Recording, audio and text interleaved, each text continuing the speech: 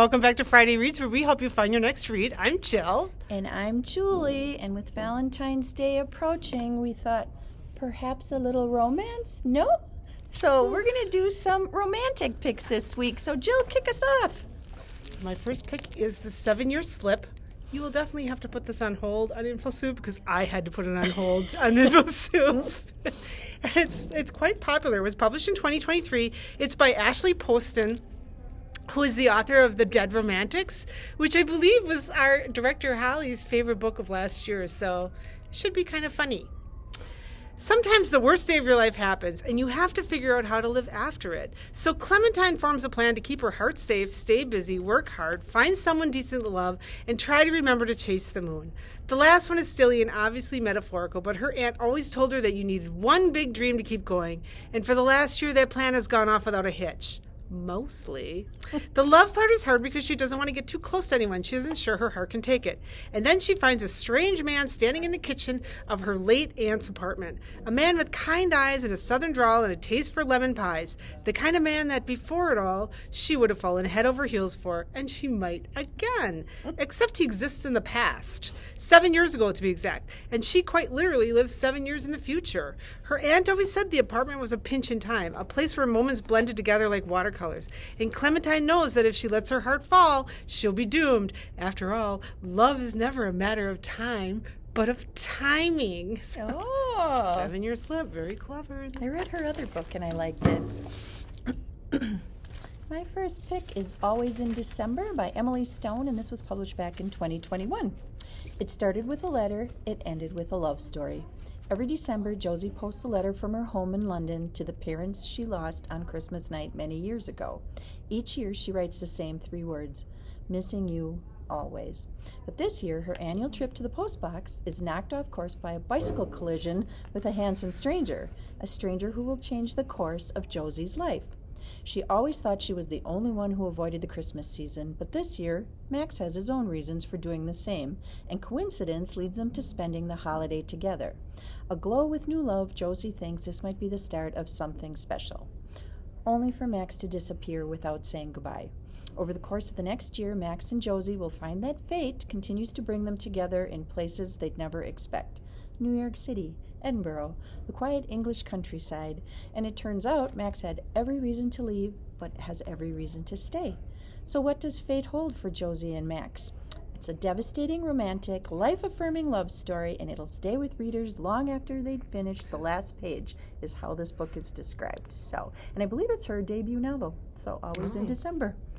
I like debut novels. I know we should do a debut novel. Yeah, that would be a fun one again.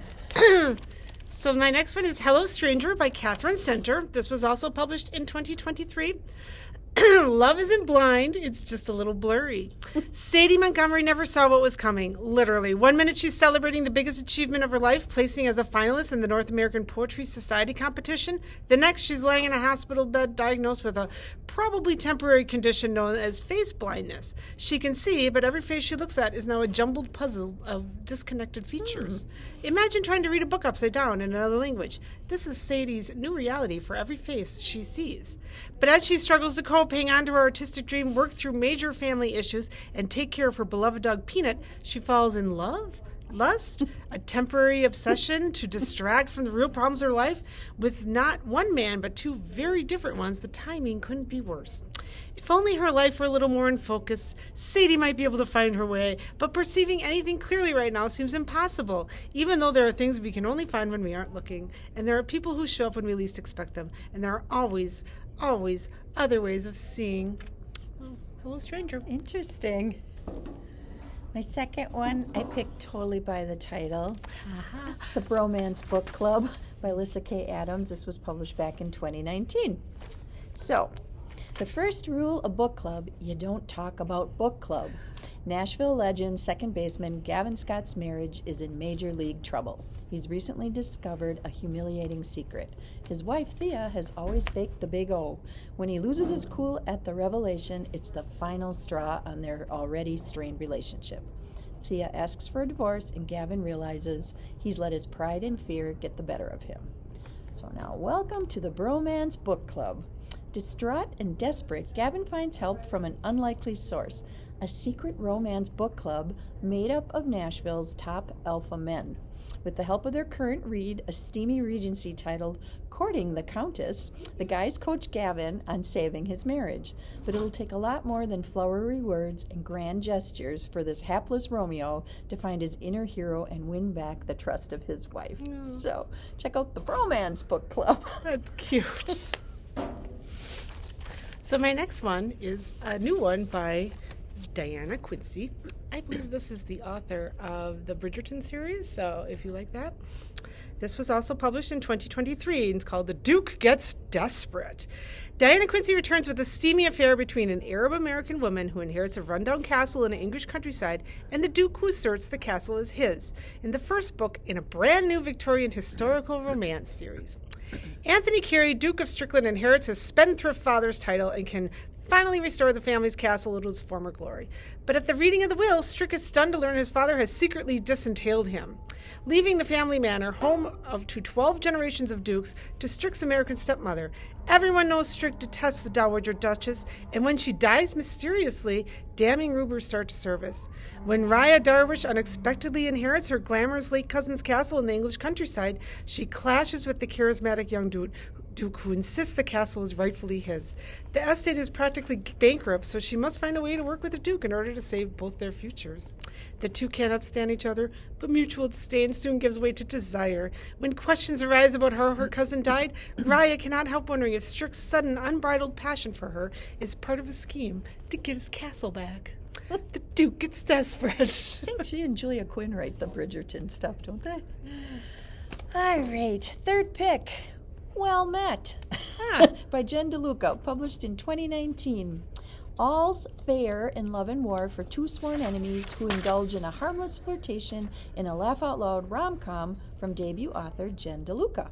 Emily knew there would be strings attached when she relocated to the small town of Willow Creek, Maryland for the summer to help her sister recover from an accident. But who could anticipate getting roped into volunteering for the local Renaissance fair alongside her teenage niece? Or that the irritating and inscrutable school teacher in charge of the volunteers would be so annoying that she finds it impossible to stop thinking about him.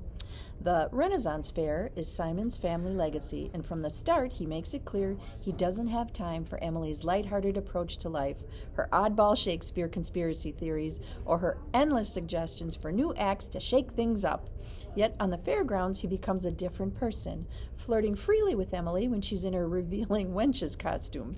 But is the attraction real or just part of those characters they're portraying? This summer was only ever supposed to be a pit stop on the way to somewhere else for Emily, but soon she can't seem to shake the fantasy of establishing something more with Simon, or a permanent home of her own in Willow Creek.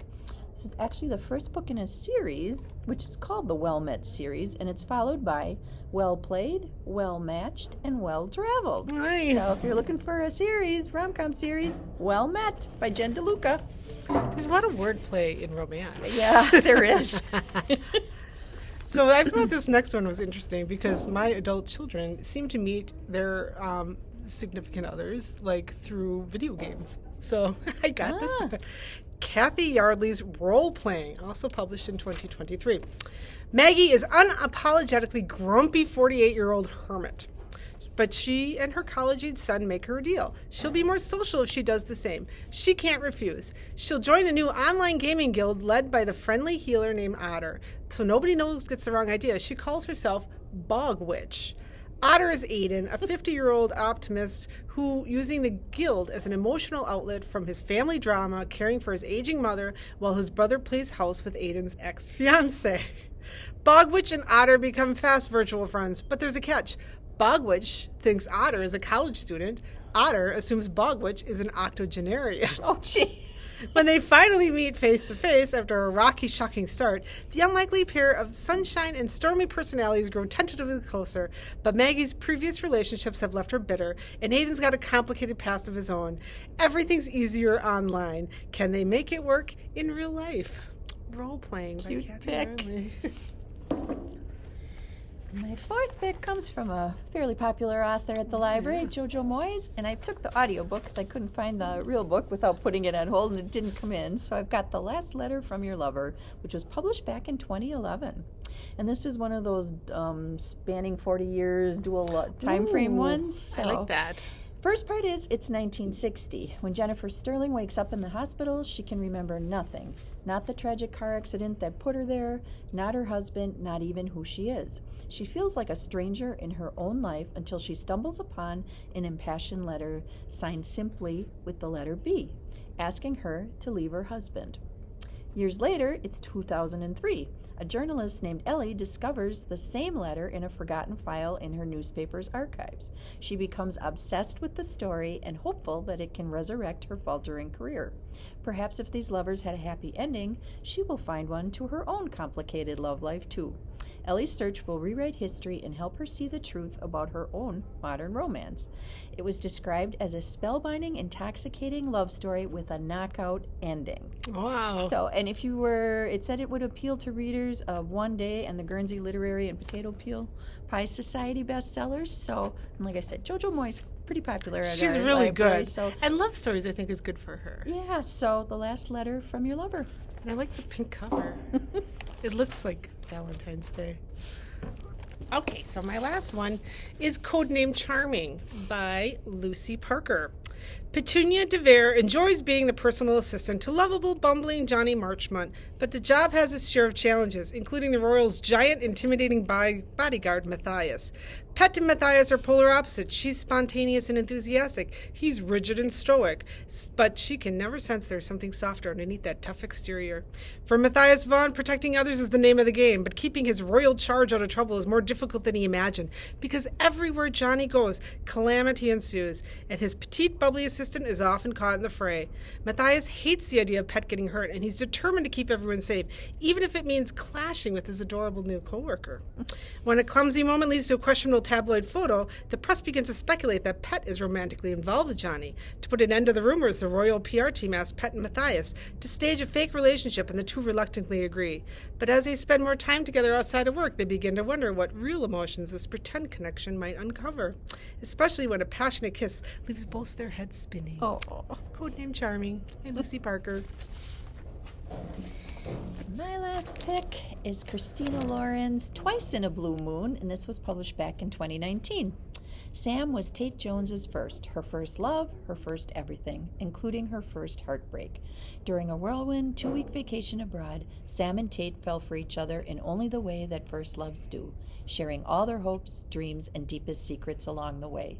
Sam was the first and only person that Tate, the long-lost daughter of one of the world's biggest film stars, ever revealed her identity to. So when it became clear her trust was misplaced, her world shattered for good. 14 years later, Tate, now an up-and-coming actress, only thinks about her first love every once in a blue moon. When she steps onto the set of her first big break, he's the last person she expects to see. Yet, here is Sam, the same charming, confident man she knew, but even more alluring than she remembered. Forced to confront the man who betrayed her, Tate must ask herself if it's possible to do the wrong thing for the right reason, and whether once in a lifetime can come around twice. So she's also the author of The Unhoneymooners and My Favorite Half-Night Stand. But this is described as a modern love story about what happens when your first love re-enters your life when you least expect it. And Twice in a Blue Moon is an unforgettable and moving novel of young love and second chances. Aww, So, first Twice in a love. Blue Moon. Well, we hoped we helped you find something to read if you're in the mood for romance. And Jill and I are sitting in front of the display. We've got a lot of rom-coms and romance books picked for the month of February, at least the first half up until Valentine's Day.